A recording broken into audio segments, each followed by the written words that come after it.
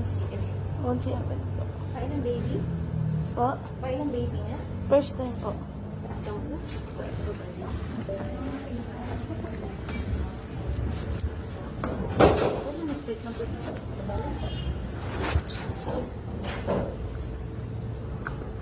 Wala namang lumalabas sa tubig sa'yo? Wala pa naman po.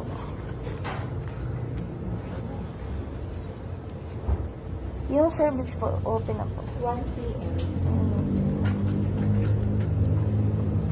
Kaya lang, parang pwede na ang panty. Kita nyo. Hindi ba lalim basa ang panty? Minsan po. Nagaan po kasi ko eh. Panty liner. Basta ating basa? Oh.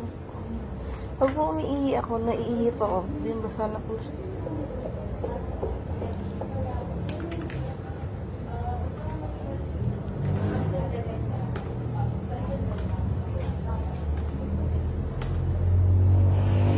Kaya makapapa-admit kita, magpapahilap na tayo ng tiyan. 3.1 ang size ni baby. Okay po. Kasi, wala ka ng tubig. Sukatin natin yung water.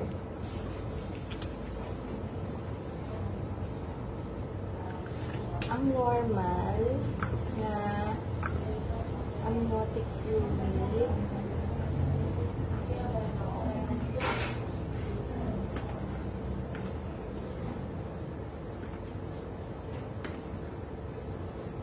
ay 8 to 23. Kung sa iyo,